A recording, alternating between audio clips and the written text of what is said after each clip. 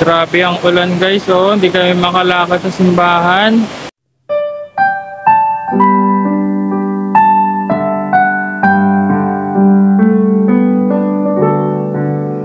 Nagsilakad kapag kuwan naparoon sa libingan.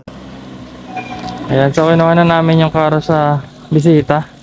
Uwi na namin sa bahay muna para malinisan.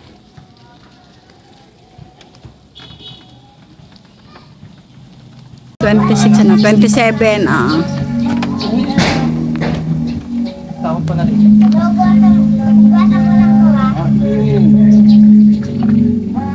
Ganda na.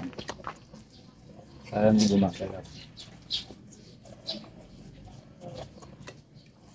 Ayan, so nakit na namin si San Lazaro sa karo. Titingnan natin yung pit niya. Para natin ididikit yung kanyang base sa karo mismo. Nalinis na rin yan. Yan.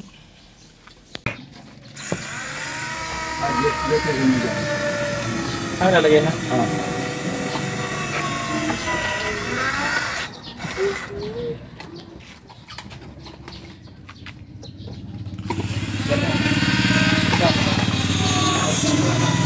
Hanggang sa bunutin mo, wag mo patayin. Diretso lang, cut. No, ganun.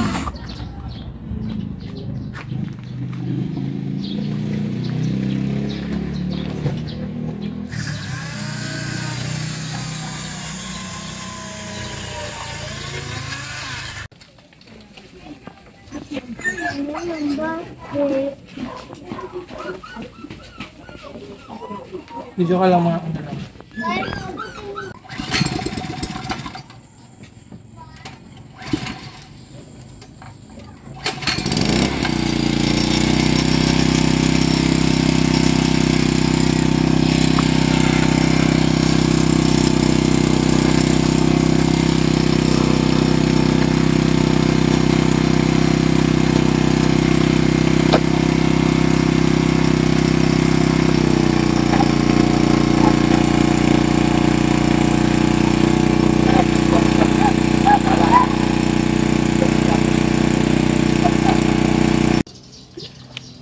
So yun guys, kakatapos ko lang maglagay ng mga dahon-dahon. Yan, menekas-mekos ko lang yan.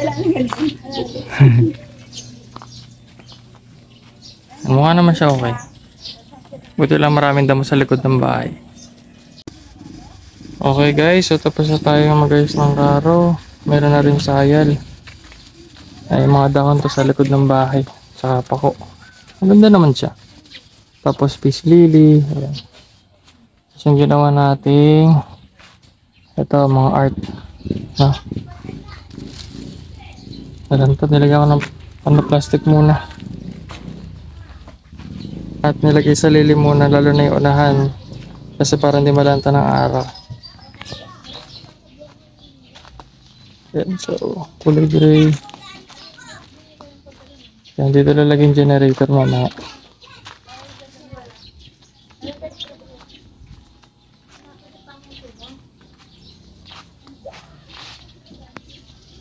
Ayun guys, paalis na tayo. Papunta na tayo sana na simbahan. Kaya lumakas yung ulan. Hanggang ngayon umuulan pa din. Tapos buti na lang. Silong namin siya.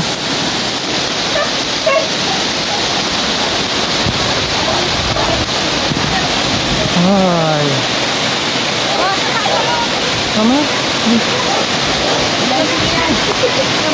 Blessing, ang daming blessing. Oo nga eh. Kaya, buti na lang mayroon ditong silungan sa pinsan ko. Buti na lang wala kami nakaparada dyan. Alam namin gabi ni Kuya na Grabe ang ulan guys, oh. Hindi kami makalakad sa simbahan. Buti na lang may silungan talaga tayo guys. Oh. Ano, San Lazaro? Alis na tayo. Lumalakas pa. may una ko po.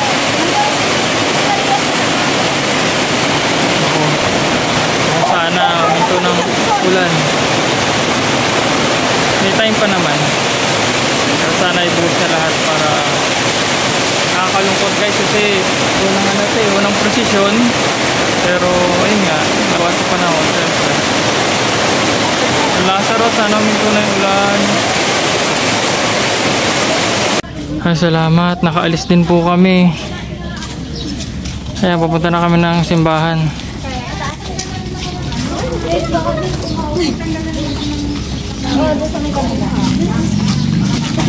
Ay, sana umabot kami. San Lazaro ng Betania. Nagpasabi ang magkapatid sa Panginoon, Panginoon, ang minamahal ninyong kaibigang si Lazaro ay may sakit.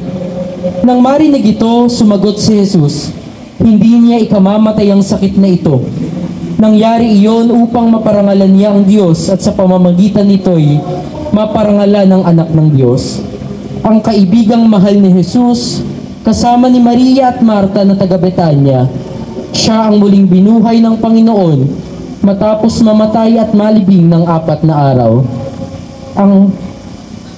Ang imahen ay nasa pangangalaga ni Ginoong Jeffrey Marcos at pamilya, kasamang iilaw ang SPPC Puso at Polo Bethlehem Club.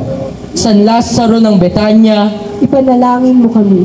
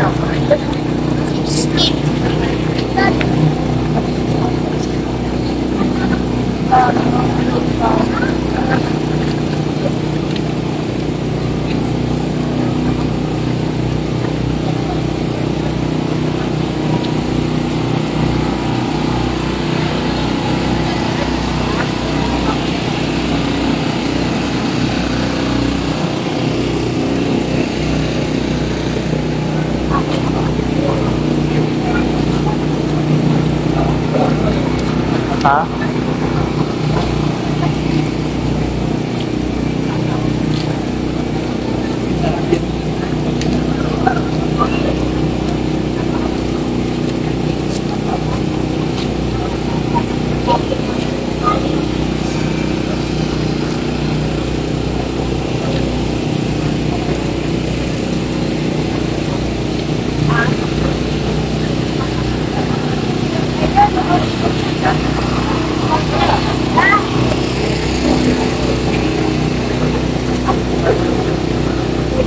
Ay guys, kasulukuyang umuulan.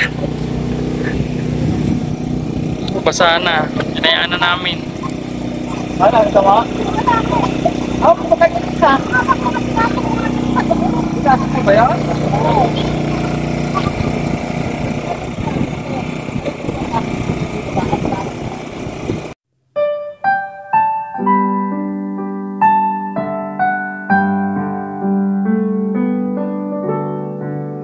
Nagsilakad kapagkuan, naparoon sa libingan ani Jesus.